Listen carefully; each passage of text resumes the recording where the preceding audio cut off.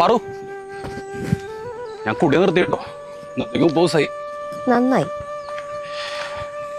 എല്ലാ ദിവസേ കോട്ടിത്തറപ്പിന്റെ മുമ്പിൽ 40 ദിവസമായിട്ട് കുളിച്ച് തൊഴുന്നുണ്ട്. അതും വളരെ നന്നായി. വീട്ടിലോട്ട് ചെലവിനും കൊടുക്കണ്ട, എല്ലാ ദിവസം പണിക്കും പോകുന്നുണ്ട്. ഇനിയിപ്പോ എന്താ വേണ്ടേ?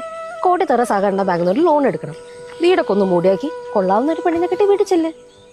അതാ ചോദിച്ചാ വീട്ടിലോട്ട് ആലോചനയായിട്ട് പറ്റേ. അല്ല ഒന്നൂടെ ഉളുപ്പുണ്ടോ തനിക്ക്?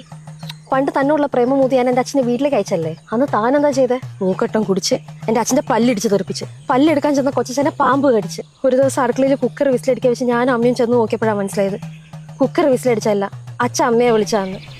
പുഷ്പാന്നൊന്നും തികച്ച് വിളിക്കാൻ പറ്റുന്നില്ല പാവത്തിന്. അയ്യോ അതെന്ത് പറ്റി? മുന്നത്തെ 6 പല്ല് അടിച്ച് തെറിപ്പിച്ചിട്ട് എങ്ങനെയാണ് പുഷ്പാന്ന് വിളിക്കാൻ പറ്റുന്നത്? അച്ഛൻ്റെ ഈ വിസിലടി കാരണം അപ്പുറത്തെ പറമ്പിൽ ചീട്ട് കളിച്ചുകൊണ്ടിരുന്ന ചേട്ടന്മാര് പോലീസാന്ന് പറഞ്ഞ് ഇറങ്ങി ഓടി. എന്നിട്ട് ഒരാളെ നടുവ് ഒളുക്കി.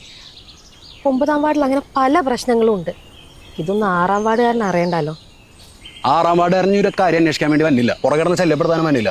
കോട്ടിത്തറ ബാങ്കിൽ നിന്ന് ലോൺ കിട്ടി പെണ്ണിന്. പിടിക്ക്, അടുത്ത ആഴ്ച കല്യാണോ? ഇതും പായാണല്ലോ. പ്രതീക്ഷ കൊള്ളാം. Happy wedding. ഹാപ്പി വെഡിങ് അത് മര്യാദയ്ക്ക് ഒന്ന് വായിച്ചു നോക്ക്.